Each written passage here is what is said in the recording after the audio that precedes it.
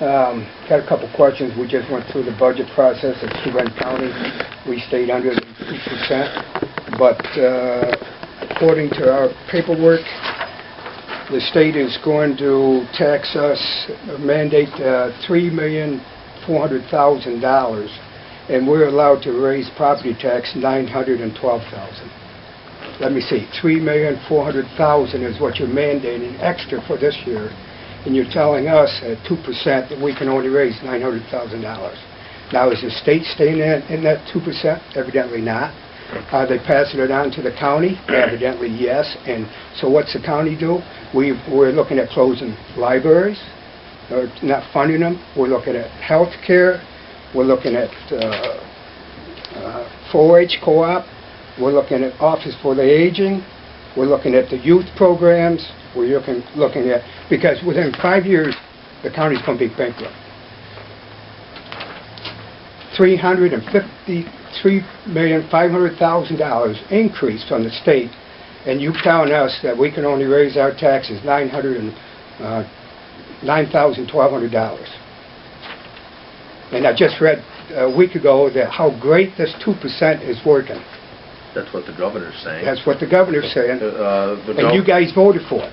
We did. Yes, you did. We voted for it. So evidently, Office of the Aging and the 4-H and the libraries and the healthcare system and the new nursing home and all that stuff isn't important. It's the 2% property tax. That's not what I'm saying at all. And we're strong proponents of the mandate relief to help do away with those numbers that you're talking about there. $20 million in Medicaid. Yeah. Yes. Medicaid. $20 million. We have sponsored legislation to freeze it at the levels it's at, and we sponsored legislation to immediately freeze it where it's at and have a phased-in takeover over 8 years for the entire Medicaid share. The governor sold this tax cap on mandate relief is going to come. The governor's gotten everything else he wanted, and we're going to hold him accountable for following through. He said we've got to get the cap out there first. We'll have the pressure then. The pressure to deal with these mandates and the pressure that we're going to have, we're getting from you. Right now, we get it from county, town, village, school district officials, everywhere we go. And the governor's getting it too. And we're looking, seriously providing this mandate relief, because I don't believe it's right to put a cap in place and still push these mandates onto the local governments. I don't think it's right. I don't think it's fair. And I'm doing everything I can to move forward with these mandate reliefs. But I'm also under the belief that I think most people in this state are that our property taxes are too high. Absolutely. And we can't afford to have them keep growing. But you don't, the state doesn't go to 2%.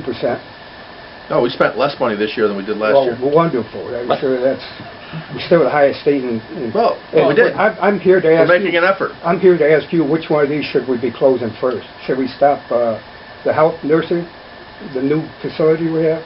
Should we close cooperative extension first? Should we cut down Office for the Aging? Is that the ones we should close to balance our budget, since you pass on $3.5 million and we're allowed to raise $900,000? Which ones do we close first? You guys seem to be the ones that tell us everything else. That's a tough decision to be made, and if we do our job of mandate relief, those decisions hopefully when is that going to be? When are we all going to be able, so we can cover, so we can take care of the nursing people, the people who have to go into nursing home and keep them in Steuben County, so we can take care of the farmers and so on? When's that going to be? I haven't seen it. We haven't heard anything from. All we hear is increases. And I got all the facts right here. I got the whole Steuben County budget. It's no different in Steuben County than any other county. I can assure you of that. Budget you're talking about is to start for January 1? Yep. Or yes. January 1. And you guys are going back to Albany when? January. So are you able to... It's not going to affect their budget's done. It will be done. But people have to realize that this 2% budget is a sham. It's just passing down the government, which if we can continue, then we have to pass a resolution to go over the 2%, and then we get criticized. Instead of you guys taking a bond, we get criticized as county people. Oh, you had to go over the budget because you can't keep your spending. We got 150 people that we've laid off or retired in the last year and a half. We're a place where Steuben County needs employees. 150 we're losing. We have 50 jobs that we haven't filled because of this 2% budget. So that's 200. How many more? Well, Gary, as you know, I served on the county with this. Yeah, I know, and I was So- surprised that you would go for 2% tax increase. Let me explain how I view this whole issue. Number one, it's not like, I'm one of 150 people in the assembly. Number one, this was probably one of the most difficult votes I took. I readily admit that. Number two, overwhelmingly from the district that I represent, overwhelmingly had letters, emails, phone calls in support of this. Because, excuse me, Let me- no, I'm not, well, because the reason is why is because understand. nobody understood it. Can I finish? When I say 2% tax, boy, I'm all for that until I understand that all these private enterprises and so on has to be closed to meet the 2%. Fine, I won't say anymore. No, you're fine. Believe me, I understand your frustration.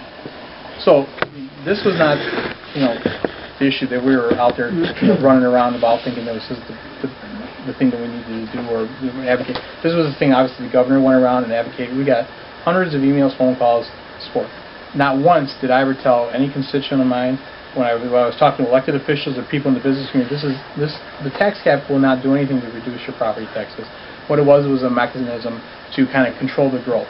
Put in more of a, basically the way I view this is more of a, it would require a little bit extra action if you're going to increase your taxes above a certain level. Should this stay beyond that? Absolutely.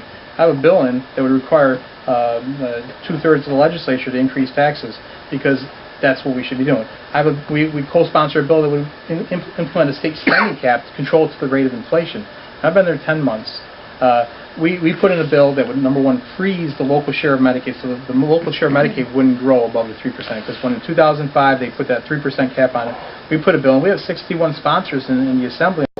And so if we don't figure it according to whoever's telling us how to do it, and we don't figure it right, then down the road we get fined not just the difference, plus a penalty. So you guys can, we've been to 3 workshops. John Fauci, Mayor of North Warrenell, a bunch of guys here have gone to 3 workshops, and nobody can tell us how to figure the 2%. I know some municipalities are passing an override of the cap just to protect themselves. That's what we from that. did, just Very, protect very, ourselves. very- Exactly. But nobody can tell us how to do it. It's like the health care bill, or just we'll pass it and then we'll read it and figure it out. Well, same thing with the 2%. We'll pass it and then we'll figure out how you guys, and if you're not right, we're going to fine you. You're going to have to pay interest, count the taxpayers' money. You're going to have to pay to the state because we told you wrong or we didn't know how to do it ourselves.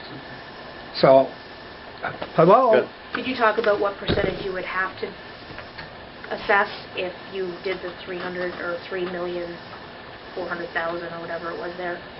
700,000 equals 1%, approximately. Okay. So you're talking 5%. 4, another 4%, 4 4 or 5%, Plus plus the 2%. Well, we come in 167 or 176,000 under the 2% by not hiring 50 people, by retiring 150 people in the last year, and defunding the highway, defunding many other private projects. And if they pass that resolution and raise the taxes to accommodate for the budget, you guys are talking about trying to push through some things to offset the 2% cap between what would be necessary for the budget. Is that something that would actually No, we would like to pass things that reduce those mandated costs to the counties. Medicaid's the biggest driving one. I think pensions is second, and Healthcare. probation or Healthcare. And would there be some sort of after-the-fact offset for this next budget year, or would any changes that would take place before the following year? I don't agree with you that healthcare is a mandate. No, it's not. That's right. Yeah. It's not.